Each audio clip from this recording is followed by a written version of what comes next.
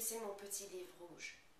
C'est un livre d'histoire, une compilation de pensées de filles et de femmes sur leurs premières règles, et c'est un mouvement. Un mouvement pour changer nos pensées sur nos premières règles, et un mouvement qui va même aider des filles qui n'auront pas la possibilité ni l'occasion de lire le livre. 100% des redevances de mon petit livre rouge sont dirigées aux organisations qui bénéficient la santé des femmes autour du monde.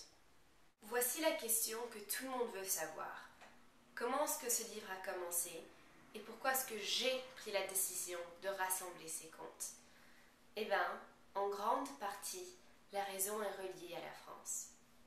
Quand j'avais 13 ans, donc il y a 6 ans, j'ai eu ma première règle pendant mes vacances de Pâques, en faisant du ski nautique et toute seule avec mon grand-père hyper traditionnel. Et bien sûr, une fois que j'ai dit à ma mère ce qui vient de passer, elle a raconté à tout le monde que sa petite fille est devenue une femme pendant les vacances de Pâques. J'avais tellement honte que je me suis dit que j'avais la première règle la plus malheureuse du monde. L'histoire de ma grand-tante a entièrement changé mon avis. Il était 1942 et elle était en route pour la France pour échapper à la Gestapo dans la Pologne. À la frontière allemande, son train était arrêté et elle m'a dit que toutes les femmes devaient sortir pour être fouillées dans les endroits les plus intimes par la Gestapo.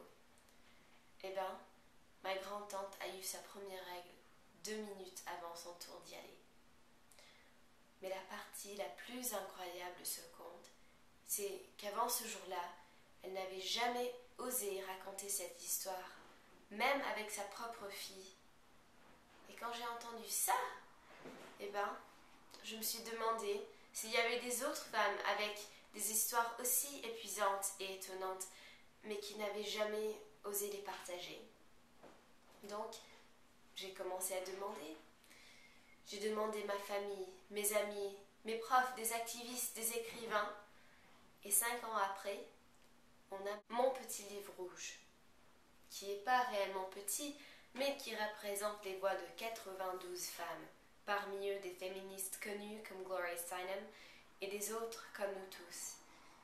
Il y a des perspectives très diverses, il y a des histoires drôles, tristes et des autres qui sont très émouvantes. Et il y a des perspectives que toute femme, n'importe où, pourront apprécier. Merci.